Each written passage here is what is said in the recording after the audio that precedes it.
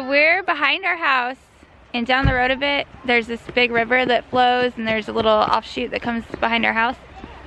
So our neighbor just found a bunch of arrowheads yesterday, so we were down here looking for some. It's beautiful down here.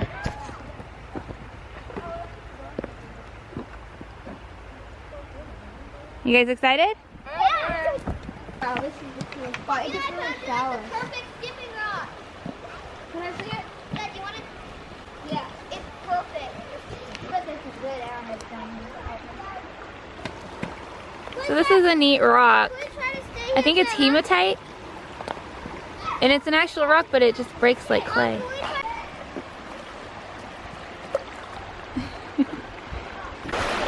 how beautiful it is here. All this color. It's amazing. So now we're on the other side. Look at all these animal tracks. Oh, Jeff's making tracks. Are you stuck? Let's go up on the grass. Come on. This way. I made a funny noise. Yeah, we're not going to be able to get too far over here. With you, anyway. Why don't you just sit there for a minute and I'll come back. I'm going to go over here. Ooh, is this nettle? This might be nettle. Ooh, that's cool. You can throw it. Woo! Good job. You get it? Really deep right there. It's kind of... Watch out for Ethan. Say, watch out below. Watch out, bro. All right.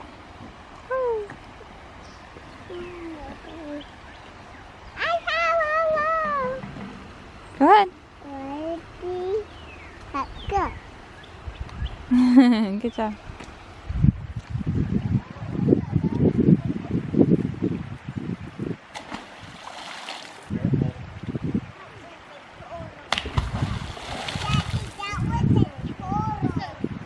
So this morning I went ahead and tilled the rest of the upper garden. You can see it here. This is what we would call like our chicken garden or our supplemental garden. And we're gonna try to grow a lot of things for our chickens in this garden. So this is the main house garden, or the big garden that we're doing. And then right here, I don't know if you can see where I've started, but it's about right where I'm standing. We're gonna do about a 4-foot wide market garden. We're gonna do 2 of those, so there'll be one going this way too, that will just basically plant things to take to market. We're gonna be able to network, meet new people, again, to go into our community and say, yeah, this is food we grew, and hopefully educate and learn and all of those things. So that's something that we're trying to do this year. Again, we've committed that with me and my 12-year-old will be taking care of those 2 gardens, and then me and Jesse will be taking care of the big garden. This is the big garden. This is the garden for our basically everything we're going to grow for our own consumption and to help and to stock our larder or our cellar with. We're going to try to fill that as much as possible. It's a little over 1,200 square feet in garden space this year. I thought that was a good place to start. We're still figuring out infrastructure as far as water. Our house is on a well system, and it has treated water. So I don't know how much of that I want to use for, I mean, I think it'll be fine to use, but it's got a little bit of salt content. I don't know how that'll affect our garden. My plan is to be able to go straight from the well and pipe water down here to the garden to use for the dry months. Again, right now that's not a problem. As you can tell, that garden up there is extremely wet. It appears it's going to be, right now it's shaping up to be a cool and wet spring, and so that is a little harder for the garden. That's kind of the garden plan this year. Jesse's going to take care of everything that we grow here, and then we're going to try to have 2 gardens to take stuff to market along with our eggs. Don't know how much real egg production we'll have. Right now we're we're kind of keeping up with our demand. But you never know. We may have a few dozen to take to market. Again, a few dozen's not much, but again, the idea is to get us set in the community so people know, hey, we have the plans to grow and sustain our own food, and if we have any excess, maybe we can get that to other individuals that are interested in that kind of thing. Look at this fat cat. Pink. She's gonna have kittens again soon. It's exciting. She's such a sweet cat. Rachel. You gonna be a mama again, huh? You're getting awfully chubby down the middle there. Look how our sweet potatoes are growing. I don't think these three on the bottom have sprouted at all, but these ones up here, especially that one's gonna be pretty nice. We'll get a lot of plants out of that one, so that'll be really nice to plant out. Probably around June or very early July at the latest. Sweet potatoes need really hot temperatures and dry soil, so those won't go out for a while. We've got our tomatoes and peppers going over here. And these will actually go under our grow light pretty soon. We've got a couple varieties. Our paste tomatoes aren't doing so well. This whole row didn't germinate. I don't know what's up with that. But all of these are from Baker Creek. It's where we usually get our seeds. They've done really well. And then our peppers, it seems like it's been kind of hit and miss. We've got our serranos, which are doing pretty good. And the bell peppers, look at those are amazing. Jalapenos aren't doing so hot this year. Scotch bonnet reds, those are okay. And then cayennes are doing good too. So we might have to get some more jalapenos started soon. No, our outlets aren't working in the garage, and so all the heat lamps are out, the grow lights are out. I'm trying to figure out why. Before things are cold, you can tell the way they huddle up. It's not clear. We're trying to fix it before church. I have to move them inside and tell them to put partial lid over them or something. Yeah. Just inside here.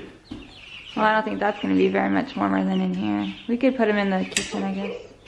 Yeah, I can't get this circuit to reset. I don't know why.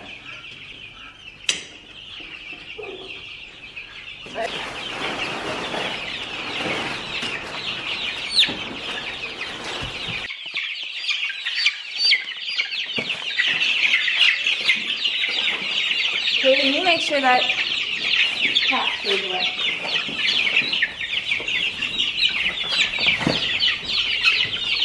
Hang on, guys. Hang on.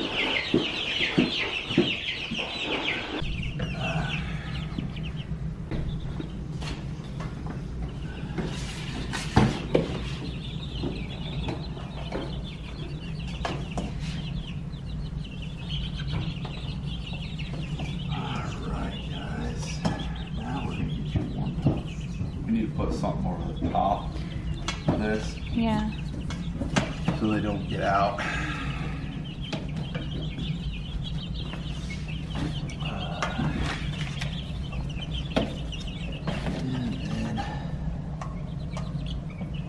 There we go. Now we're getting some warmth. Poor guys. Hey, what's up guys? So you saw earlier we had some problems with our electrical outlets here. What ended up happening was I plugged in a couple space heaters last night, and then I had 2 heat lamps going in here. I did not realize that they were all ran to the same 20 amp breaker. The breaker kicked and just got overloaded and ended up just failing. I guess I didn't know that there's a fail-safe in a lot of those, to where if they just get too hot or too overloaded consistently, there's like a fuse basically. They burn it burns in half. So anyways, that failed. after discussing it with my father, he kind of got me on the right what was going on, and because I explained it to him. And then went to my father-in-law's today for Easter dinner, and he actually had breakers on hand, so he hooked me up with a couple 20 amp 15 amp breakers. Was able to come home and get that switched out. It's still it's still in the 20s outside, and I really don't want to run space heaters and heat lamps in here at the same time. So knowing what I know now, so we're going to keep the chicks downstairs for tonight, and we're going to bring them up tomorrow. I think we're expecting highs somewhere in the neighborhood tomorrow in the mid 40s, so overnight lows probably in the mid to low 30s. So this garage is fairly well insulated. It'll stay above freezing for the most part, and the chicks should be fine after tomorrow. I'm really thankful to have a father-in-law and father that are willing to step in and help out, and I didn't have to go chase down parts or do a bunch of Google searching on the internet on Easter Sunday. So thanks again. We'll see you next time. I'm out.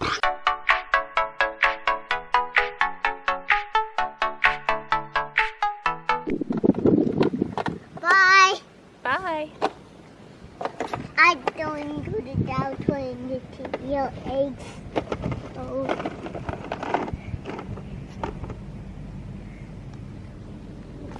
Bobby.